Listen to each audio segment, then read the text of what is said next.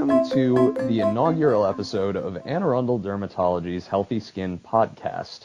Today we are talking about skin cancer myths and misconceptions with Dr. Angela Peterman from Arundel Dermatology's Weems Creek location.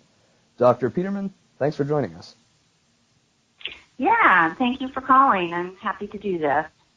Yeah.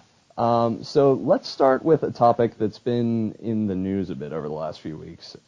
About a month ago, CNN published this story claiming that scientists in Australia had developed a blood test for melanoma. And obviously, if this story is to be believed as the headline states, this would be a pretty big deal. It would provide an alternative to skin exams and biopsies and all that. But is the story really as big of a deal as it sounds? Is this test precise enough and accepted enough to replace standard exams? It does certainly sound exciting, doesn't it? And obviously it's important because melanoma is the most dangerous skin cancer, and the only thing we really have right now is early detection, which is what is essential for a good outcome. A blood test to screen for the cancer would certainly be a wonderful addition, so it does sound exciting. Some scientists in Australia, and Australia, by the way, has a huge incidence of melanoma because they're very fair-skinned people and they live at the equator. Right.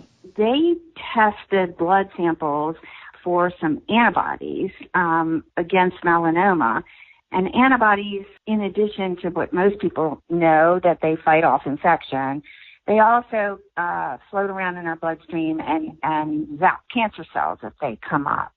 So they tested blood samples for antibodies, and they did this in about 250 people.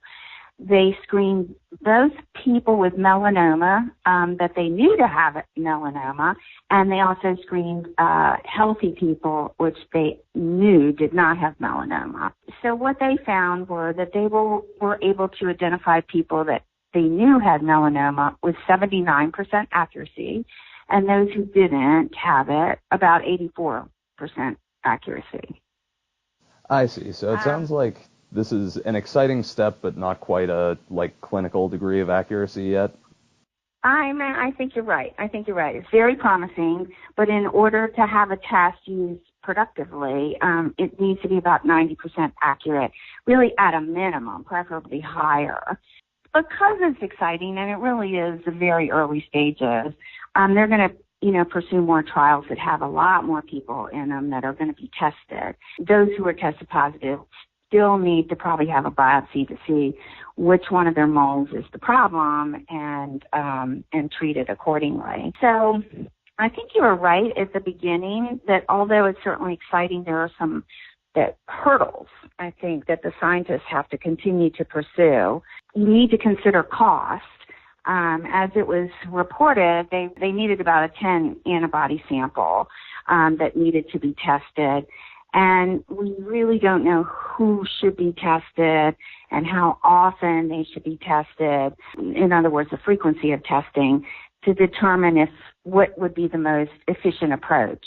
So if you were to compare it to a current breast cancer risk test, that costs $3,000. And, they have a well-defined set of criteria for who should be tested, those who have recurrent breast cancer and have a certain risk factor. So that's not something to be taken lightly, especially in today's healthcare environment. I see. So for now, you still got to get your skin exam once a year. Oh, absolutely for now, because this blood test isn't even available. It's in a very early stage. And let's say even if you had a 90% accuracy, there would still be a lot of false positives and false negatives, and that would actually cause a harm from having the test. So, 10% would have melanomas that were missed, and 10% would be worried they had a melanoma and undergo a lot of additional testing when, in fact, they did not. So that's something to always be kept into consideration. And then, it has to be reliable because in these very preliminary studies, scientists only used it on confirmed patients. So they were confirmed that they had melanoma, and then there were the set that were confirmed that they didn't. So nobody really knows how it would hold up with a lot of people in the general population. So even the scientists admit that they need to know how accurate it is in the general population. And if, in fact, if it is accurate, can it really save lives? And also how much it would cost. So it's a work in progress in a very early stages, but it does sound exciting. I see. Let's move on now to a more common misconception about skin cancer. This is the one about race. There still seems to be a kind of widespread belief that African Americans and people with darker skin tones generally can't get skin cancer. Now, I'm pretty sure this one is false. Does skin color have any effect on the incidence or severity of skin cancer? Actually it does. Although minimal. The melanin in our skin, which is what gives us our pigment, we all have different amounts of it. So obviously the darker complected you are, the more melanin you have. And it does have a natural, let's say, sun protective factor. But it is minimal. Anybody can get skin cancer no matter what the color of their skin is. Fair complected people, admittedly, are at a higher risk, but dark complected people do have a risk, and they're certainly not immune. Unfortunately, because there is that prevalent myth about dark complected people don't get skin cancer, unfortunately nobody has it on their radar. And so when they do get diagnosed, it's a much later stage, and it's certainly more dangerous because of that. So if you look at the survival rates at 5 years, African Americans have a 69% survival rate compared to the 93% of those who are fair. And I think Hispanics have, some kind of a lower survival rate compared to very fair complexions. And plus, melanoma in dark complected people, it's more likely to be in unusual locations. The really common locations for Caucasians are the back, and in women sometimes the back of the calves, although it can be anywhere. Unfortunately, in African Americans, it's much more common on the palms or soles or even under the nails. I don't know if anybody remembers the reggae legend Bob Marley. Yeah. He died from a melanoma. Yeah, he died That's right. from melanoma on the bottom of his foot. So, again, there's some protection from the natural pigment, but it's very, very low protection. And also, we have to remember that the sun isn't the only factor that plays a role in the development of skin cancer. There are a lot of other factors, like, where you are in relation to the equator, what your genetics are. And so sun isn't the only thing. So, that's why everybody should probably be familiar with what's on their skin, enough to know if you got something new or changing, and be familiar with the A, B, C, D, E. Are you familiar with that? Why don't you go through it real quick?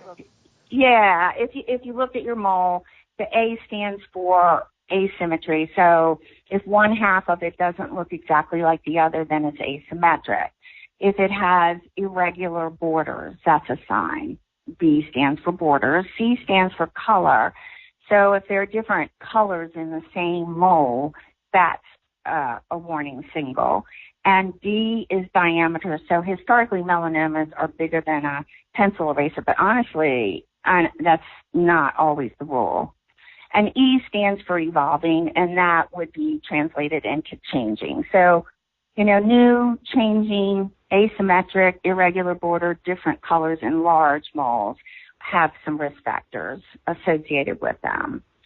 And just by the way, some African Americans feel like some sunscreens, or the usual sunscreens, leave them looking a little ashy because some of the particles that are in them. But the sunscreen companies are a little bit more tuned into this, and they're really marketing a greater variety of sunscreens so that there's something for everybody. Not only African Americans, but oily skin people, dry skin people, all kinds of people, there should be something out there that meets your needs. I see. And that moves us very nicely into skin cancer prevention myths. If you are outdoors on a cold winter day or a day with thick cloud cover, is the risk of UV damage any lower than on a sunny day? Oh, no. Ultraviolet rays, they don't exactly retreat in the winter or on a cloudy day. I realize that it's less because the eastern hemisphere, at least in our world, points away from the sun, and the atmosphere does absorb a good percentage of ultraviolet rays. They're still there. 80% of the ultraviolet rays are still there and continue to get through any kind of clouds, let's say fog or mist. So unfortunately, people get some of the worst sunburns when they least expect it because they think that the clouds and the fog and the winter sun is providing them with a little bit of protection. And interesting enough, snow, like if you're out snow skiing or snowboarding, the snow reflects the ultraviolet rays back up, so you're kind of getting a little bit of a double whammy there. And the higher altitude you go, the more intense the ultraviolet rays are. So we have to be aware of all those circumstances in the winter and protect ourselves. I see. Good to know. Now, another prevention-related myth that I've heard from a couple friends and whatnot is that SPF 30 sunscreen is the best kind of sunscreen, that if you go higher SPF, the protective effect kind of maxes out and isn't any more useful than SPF 30.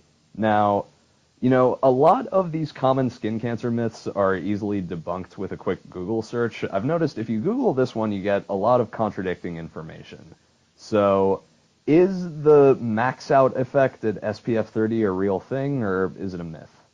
Well, most dermatologists would recommend their general patient or client as using an SPF of 30. Remember what an SPF is. A sun protection factor is like, let's say it takes you 20 minutes of sun exposure on unprotected skin out in the sun, just your skin to start turning red and get a little bit of sunburn. So theoretically, an SPF of 15 means that you can be out there 15 times more. Unfortunately, that's not always the case because we sweat it off and we go swimming and it kind of wears off over time. But that's the definition of sun protective factor. So if you look at an SPF of 30, we know that it blocks about 97% of ultraviolet B rays. And let's say we look at an SPF of 50, it blocks 98%. So if you look at a 97% versus a 98%, there certainly are diminishing returns there. But most people don't apply enough sunscreen. The recommendations are that we should apply a whole ounce when we go out in the sun. And an ounce, if you need a reference, is about a shot glass full of sunscreen. And if you go out in the sun and you're spending the day at the beach and you're reapplying after you've been in the water, because there's no such thing as waterproof sunscreen, we know that. If you've been in the water, you got to reapply. If you're sweating, you got to reapply. Most of us should be using about a half of an 8-ounce bottle of sunscreen, and most of us probably don't do that. So there's some people who think that if you use a higher SPF, maybe it makes up for some of the inadequacy of the amount of sunscreen that the average person is applying. So, as you said, it's a little controversial, but I think on average most dermatologists recommend a 30 and tell people to apply it liberally, reapply it after they've been in the water, certainly if they're sweating, and then you should be covered. And remember, too, that the SPF only reflects the amount of ultraviolet B rays that are blocked, and B is what's responsible for giving us a sunburn. But A is what's responsible for aging, wrinkling, sagging, a lot of the skin cancer. So your sunscreen should also say broad spectrum, because that means it's doing its best to block the UVA and the SPF of 30 or more blocks a good amount of the UVB. I see.